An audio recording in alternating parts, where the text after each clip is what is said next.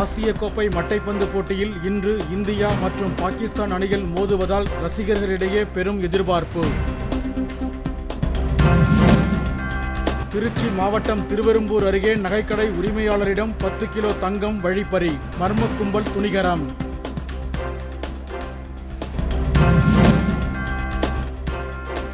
அதிமுக அணிகள் ஒரு மாதத்தில் இணையும் என கட்சி பதவி பறிக்கப்பட்ட முன்னாள் அமைச்சர் செங்கோட்டையன் நம்பிக்கை. ஓசூர், தளி, வேப்பனஹள்ளி சட்டப்பேரவை தொகுதிகளை சேர்த்து புதிய மாவட்டம் உருவாக்க வேண்டும், மருத்துவர் ராமதாஸ் வலியுறுத்தல். புரட்டாசி மாத பூசைக்காக சபரிமலை கோவில் நடை வரும் 16ஆம் தேதி திறப்பு, இணையவழி முன்பதிவு மூலம் 10,000 பக்தர்களுக்கு அனுமதி. இளையராஜாவுக்கு பாரத ரத்னா விருது வழங்க வேண்டுமென சென்னையில் நடந்த பாராட்டு விழாவில் முதலமைச்சர் ஸ்டாலின் கோரிக்கை.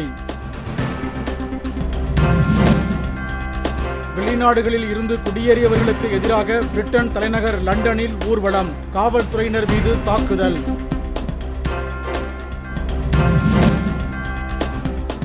திருச்சியின் வளர்ச்சியை தாவேகா தலைவர் நடிகர் விஜய் சரியாக பார்க்கவில்லை என அமைச்சர் அன்பில் மகேஷ் சாடல்.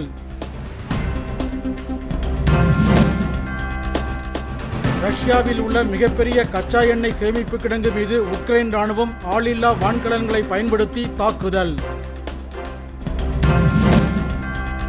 சீனாவில் நடைபெற்று வரும் பன்னாட்டு துப்பாக்கிச் சுடுதல் போட்டியில் தங்கப்பதக்கம் வென்றார் இந்திய வீராங்கனை இஷா சிங்.